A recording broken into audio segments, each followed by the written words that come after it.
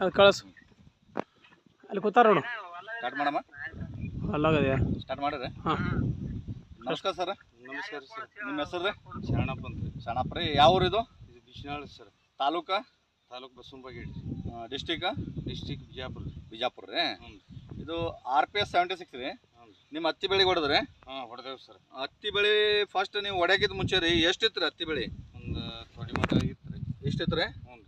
ಹಾಂ ಹ್ಞೂ ಈಗ ಹೈಟ್ ಆಗ್ಯದ ರೀ Height ಈಗ ಎಷ್ಟು ದಿವಸ ಆಯ್ತು ರೀ ಹೊಡೆದು ಹೊಡೆದು ಇವತ್ತಿಗೆ 14 ದಿನ ಆಯ್ತು. 14 ದಿವಸ ಆಯ್ತು 14 ದಿವಸನಾಗ ಏನಿಲ್ಲ ಅಂದ್ರೆ 1 ಫುಟ್ 1.5 ಫುಟ್ ಹೈಟ್ ಆಗ್ಯದ ರೀ ಹ್ಞೂ 1.5 ಫುಟ್ ಹೈಟ್ ಆಗ್ಯದ ಅಂದ್ರೆ ಕುಂತು ಬಿದ್ದಿತ್ತಲ್ರಿ ನಿಮ್ದು ಹ್ಞೂ ಹೈಟ್ ಬರ್ಲಕ್ಕೆ ಚಲೋ ಕೆಲಸ ಮಾಡ್ಯದ ಮಾಡ್ಯಾದ.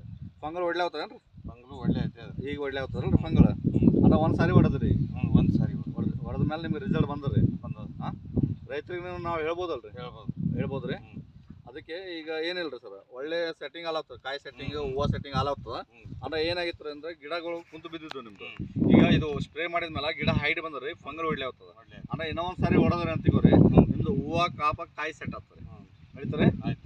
ಓಕೆ ನಮಸ್ಕಾರ ಥ್ಯಾಂಕ್ ಯು ಸರ್